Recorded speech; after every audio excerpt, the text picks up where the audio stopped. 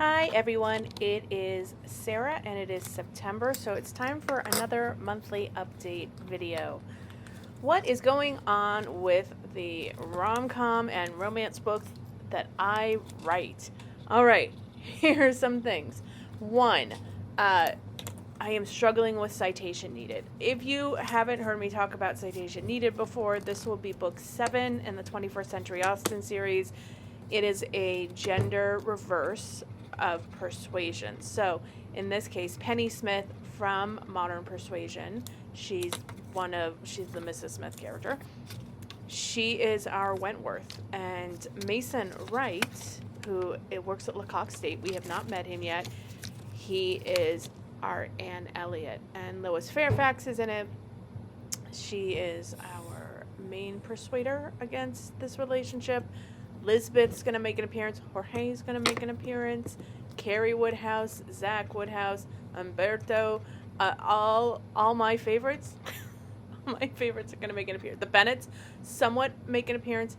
And I am on draft 3 right now. I had to stop draft 2. Big problem, I was realizing the whole book is about editing Wikipedia and the people in that circle. It was inspired by the work I've done around Wikipedia and the people I've met and the people who have met each other and fallen in love, and I wanted to do something like that. But I've spent a lot of time trying to explain how Wikipedia works behind the scenes, what this little academic bubble of Wikipedia is like. Plus, Penny is a wheelchair user, and I'm trying my best to do her justice here and now before my sensitivity readers ever get to it. And I'm trying to do too much with this story, and I was halfway through the second draft and I realized there's nothing here about these two people being in love with each other. There's no emotion. I really needed to roll it back, and this weekend I started doing that. I went back to why she fell in love with this man and this core problem Penny is having between her fear that because Mason is a man who loves to help others, she fears he loves her because he can help her, because he thinks he is needed. And he says things when they break up the first time that indicate that this might be true. But she loves him for him, and she loves him quite a bit. So there is this struggle that I needed to do a much better job. So I've rolled it back. I am now on chapter 3 of draft 3. And I'm in a much better place. I think I've described the academic situation Mason has put himself in, that he is at risk of losing everything and he really needs help, and thus Penny will be able to step in and help him. And we can see that he truly he needs her. I don't know if I could say she needs him. The whole premise of the book is she left Lecoq State with a PhD and a broken heart, and now she's come back to let him know that she never needed him in the first place. She was fine without him, but she does need him. She needs him because she needs to be loved. So what you're seeing here is I got really far into this second draft. I was like a third of the way done. No, I was halfway through the draft by the time I ended. This is when I was still just a third of the way done. It wasn't working. So it might take a little longer for this one to come out. And I am trying to figure out ways to handle the Patreon. We'll get there. 2, I have to start outlining book. Well, I might not write Tilney's Haunted Farm for National Novel Writing Month this month. That is usually my plan. November, I go full steam ahead into the next one, but because I'm still struggling with citation needed, and it's just not coming as easily as I wanted, that means it will be pushed back. Tilney's Haunted Farm should be pushed back. Like, everything needs to be pushed back a little more to give me more time to make the next book correct and just sit right in the way I think of this book having been presented. So my November plans might end up changing, not having me write romance. That might turn into my April writing project for 2024. But we'll see. In other news, Sweeten Up Ginny Darcy I think we are past the 3/4 mark of it being exclusive access on Patreon. This means that in about January or February, when that reading is done, it will be something that gets published. I'm really excited about it. But I have been focused on the other books with Pride, Prejudice, and Pledgings, rewrite, completely done. It's been published. I'm very excited about it.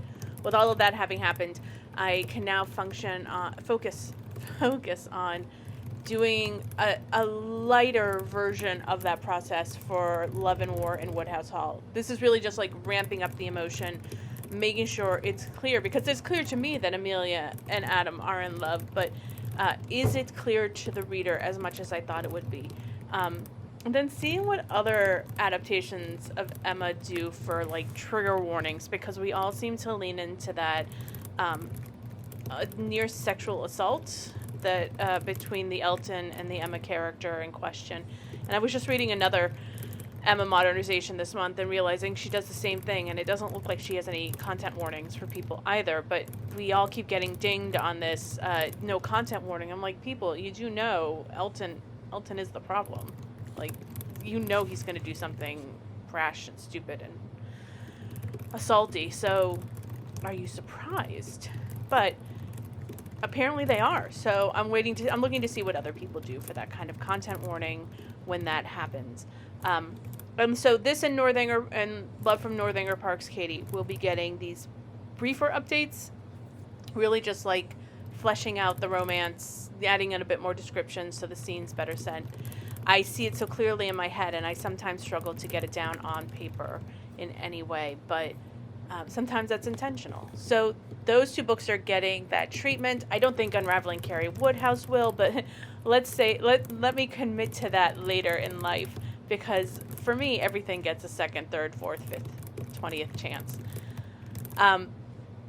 So the big thing that I have going on this month is Stuff Your Kindle Day or Stuff Your ebook reader day is happening again. It happens a couple times a year. And if you got free ebooks in the last round this past summer, I think it was in July, it's coming back. Everything that will be in it has never been free in this big stuffing day before. So I have offered up Modern Persuasion to people to be included in it. I'm really excited to share this. The people who did this last time are still seeing very strong returns on books because it got a lot of their books in front of new readers, which is what I'm hoping will happen for Modern Persuasion.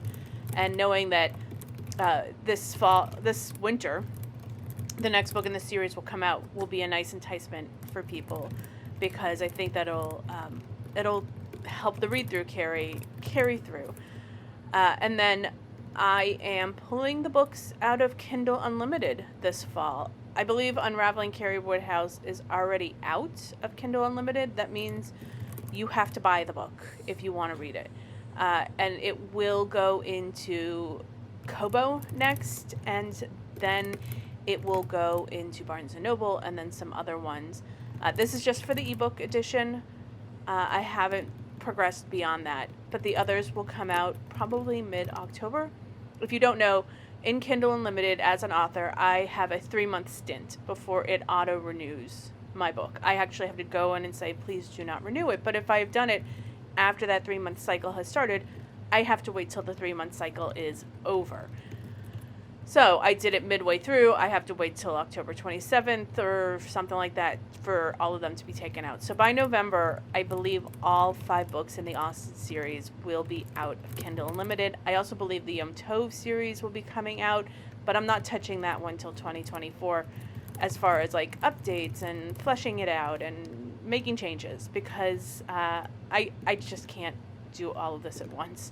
As much as I would like to, I'm still struggling with energy management post-surgery. It's been a year. Actually, it's been a week shy of a year when I am recording this. So, yeah, it's been an intense year, and I'm trying to make sure that I have the energy I need to continue to do the writing that I want to do.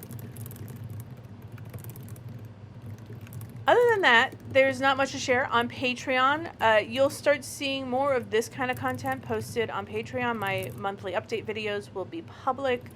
I will be sharing links to the audiobooks that are already on YouTube to the public. And we will be having a public book club The list was already put up on Patreon for the books we will be doing this year. I'm really excited because these are all books I've read, so I know what I've picked. I'm not going to pick something and be like, I don't like this and we're halfway through. Yikes. No, these are things I've read. I'm making sure you have links. When I can get these books for you for free, I will. I'm trying. I'm working and talking to a couple different authors who may be open to making their books freely available to my readers. You might have to sign up for their newsletter list in exchange for that free book, but if you go and buy it, you don't have to be on their newsletter list. If you get it for free, you be on their newsletter list. It's sort of the ecosystem indie authors exist in. We want, a little more attention. I'm not going to make you stay on their newsletter in any way, but it probably will require that you join the newsletter initially. But that might mean bonus content and other free content to get access to. That is it for now. I will have an update later this month. If you're in the Superfans chat on Superfans tier on Patreon, well, you're probably my friend, so we're probably going to talk anyway. But if more people join that one, we will resume the Superfan chats that we were trying to do. In most cases, I'm just going to talk to the 2 people who are there right now. But I hope you enjoy this month's readings, the bonus story that will be coming, and some other content that I have coming in the future. That's it for September, and I'll see you in the newsletter and on Patreon. Bye.